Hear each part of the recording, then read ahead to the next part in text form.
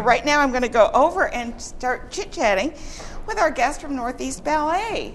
How exciting that you are here in Schenectady. Whoops, I know what happened. I don't know what happened to your microphone. Well, here it is. Oh, they put it on my seat. Excuse me. We're just winging it here, but that's the way it is, right? In showbiz. Thank you, Ann. In showbiz. Thank you.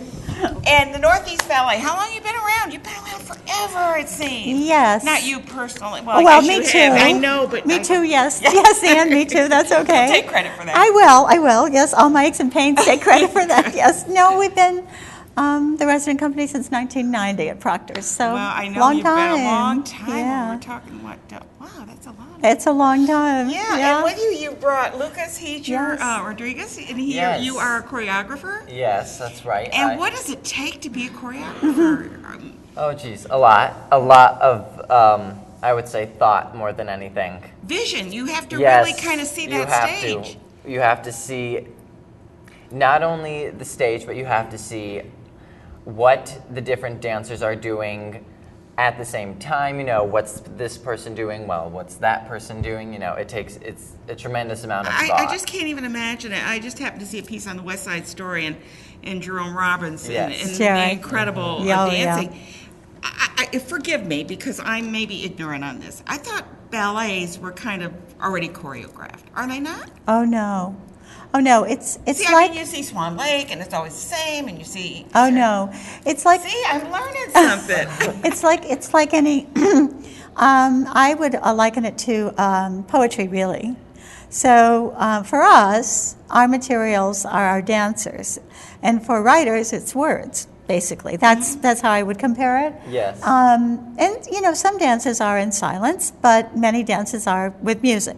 So some choreographers get their motivation from music. Some of them have their muses as their dancers. Their muses, that's right. As their dancers. And for me, my particular piece for this upcoming show really was music and my dancers. But everyone has their own thing. And it has a wonderful title,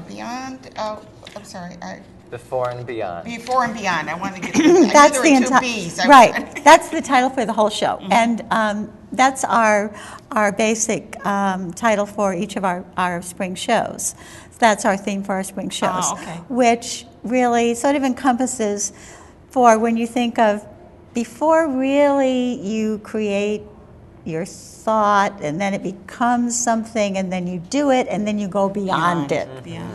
So it's really about... Lovely title. Thank you. Yeah. It's about creating. Yeah. It's not our regular typical stuff that everyone knows us for, which is, of course, the N-word nutcracker. The bird nutcracker. Yes. So we're trying to get away from our classical style of nutcracker for our audiences, but also for our choreographers and our dancers. So you really are embracing choreography. I am. And we have photos of some of your choreographers. Are those the Yes. Okay, can you bring those up, Greg, and maybe she can comment on them. Okay, there we are. So, Freddie Ramirez. Yes, Freddie's been on the show, I believe. Yes, I believe so. Freddie's very talented. He comes to us from Broadway, actually, from West Side Story and Grease. He's a fabulous dancer, fabulous master teacher. He teaches for us also. His piece on our program this Friday at the GE Theater, by the way, his program is completely different from his teaching style, his dancing style. He got creative, huh? Very. That's an understatement. You would not know this is Freddie's work. I'm not kidding you. The first rehearsal I walked into, I said, I must not be in the right studio. Place. I'm in the wrong place. I'm in the wrong studio. This cannot be Freddie's work because this has nothing to do with Broadway style or jazz. And I just sort of stood there. I was taken aback. So it shows that he can reach out beyond. Exactly. Yes. Bingo. Beyond. That's right, Ann. Beyond. It's true. Yeah. It's true. So it's been wonderful for him to be able to have that venue, to do that. And that really was the purpose of my board of directors and me, to be able to have a vehicle to allow choreographers to do this with our dancers. How wonderful to allow creativity. And we really wanted that because there aren't a lot of places to be able to do that safely, you know? Yeah. And Lucas, I mean, he's very young, and to be able to have him to have an opportunity It's huge. to do that, you know? Where's your training, Lucas? Where did you get your training? Totally and solely from the Northeast Ballet Company. Is the Myers Ballet School. It just yes. shows what a great company. Oh, phenomenal. I mean, to be in the capital region, to have that source, and that to be able to work on that level of professionalism, just right here is spectacular. And just to back up, do a little rewind here, because we're going to look at more of your choreographers. How young do you take an aspiring ballet person? I don't want to say ballerina, because males are not ballerinas. No, they're no. Well, we have at the school. We take them at 5. 5. Okay. Yes. They don't go on point though. At Oh 5. no. Some dancers never go on point because they don't have the anatomy. Okay. It just wouldn't be anatomically safe for them. Safe for them, yeah. No, but we're serious. The training is intense. You know, a lot of the dancers, study almost every day, and now we're involved in working with Peter Frame in New York at a professional school there, so we have that connection. So you have a connection. We're doing that kind of professional work for training. Not really networking, but training. Working together. Yeah. Yeah. So there's that, and we also work with our guest artists who travel up with us. Also, like Lauren Lovett, who's with City Ballet now, principal dancer, and she travels up and teaches. So, and she's actually. Speaking of young choreographers, she's premiering her piece with New York City Ballet this fall. How do you like that? Yeah, let's look at some of the other choreographers. So they're all male, Anne, except me on this program. They're all male choreographers except me. Well, I'm the only one. I'm the token I'm female on this one, on this program. I know, but you are the founder, so this is bigger. Well, I'm like, what was that? I'm sorry, I missed the last photo. No. So that's that would be me. Lucas, talk about your piece a little bit. My piece, the title is Metamorphosis Femalerum. Femalerum in Latin means of females. So, Metamorphosis of Females. It's about the age-old journey that all girls go through as they enter adulthood.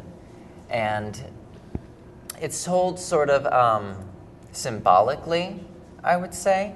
There's kind of this sprite who represents childhood, and then there's a group of girls who, of course, are going through the change, and one of them experiences, her first little romance. It's and all sweet. All the other girls kind of get inspired by that, and there's the confusion that comes along with that, and then the eventual triumph of womanhood. Sounds like a wonderful piece.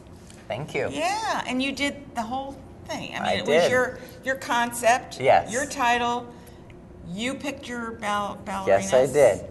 And then put it all together. I put it all, yes. How long does it take to put a piece like that together? I mean, not counting the concept and everything, but from the get-go to getting them on the stage the work, and to the production. work. Yeah. Well, really, you work within whatever your set time frame is. So how long did Are you tough? I think we had. I mean. Am I tough? Yeah, it's all right. I won't hit you. No, she really isn't. She really isn't. But we had 5 or 6 weeks. We had 6 weeks. It's a short period of time. So we kind of had to, work. I mean, you don't have a lot of time to just sit around and focus on tiny little things until the end, really. Yeah. Because you're working. That's when you tweak it at the end. Right. Yes. Yeah. And let's see the other choreographer too, Greg. And who is this? Matt Pardo. Matt Pardo came to us quite a few years ago. He was a more contemporary dancer than a ballet dancer to begin with. Now he is touring with Lucinda Childs.